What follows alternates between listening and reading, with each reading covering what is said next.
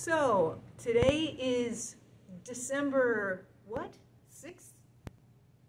And we're getting closer to the most yin time of year, which is December 21st, because that's the longest night, the most yin. And it's raining, and this is water element. And, you know, we rejoice with that because we're in California. But on the opposite end of the spectrum from water is fire, the most yang element. And for my students that are learning Xingyi, water quenches fire, obviously. So the most yin, the most yang.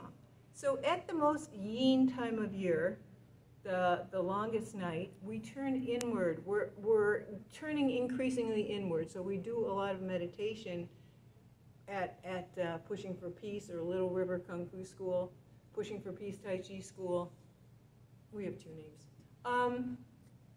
And because we're elders, we're working on energy conservation, not expending energy. We're not at the phase of trying to work out hard and be sore all over and, you know, need recovery time.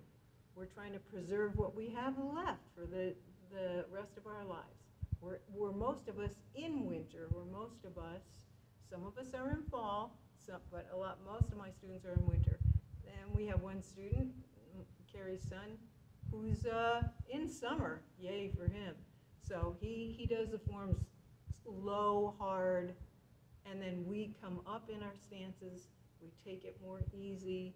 We're trying to not use up what little cartilage we have left in our joints. Anyway, as for the most yin time of year, the element is fear. And on the opposite end of the spectrum, at the most yang time, where we're heart, small intestine, on June 21st, the emotion is courage, the opposite of fear.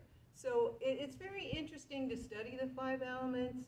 They hold a lot of truths. And when you meditate, you're going to feel yourself be very still, more quiet as we approach the longest night. The foods to eat, soups, obviously everybody feels like eating soup, okay? You can look up online, look up TCM, seasonal foods. You can get great recipes. I just made a millet congee.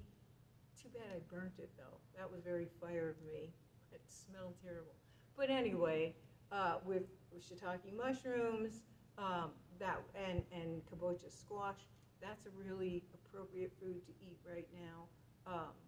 Yeah, I found that on a TCM site. Anyway, you might find that the more you adhere to these principles, the better you feel. So I suggest you experiment with that on your own. That's what I've been doing. Being a Taoist is experimentation. That's how the Taoists figured this all out from thousands of years of experimentation. Okay.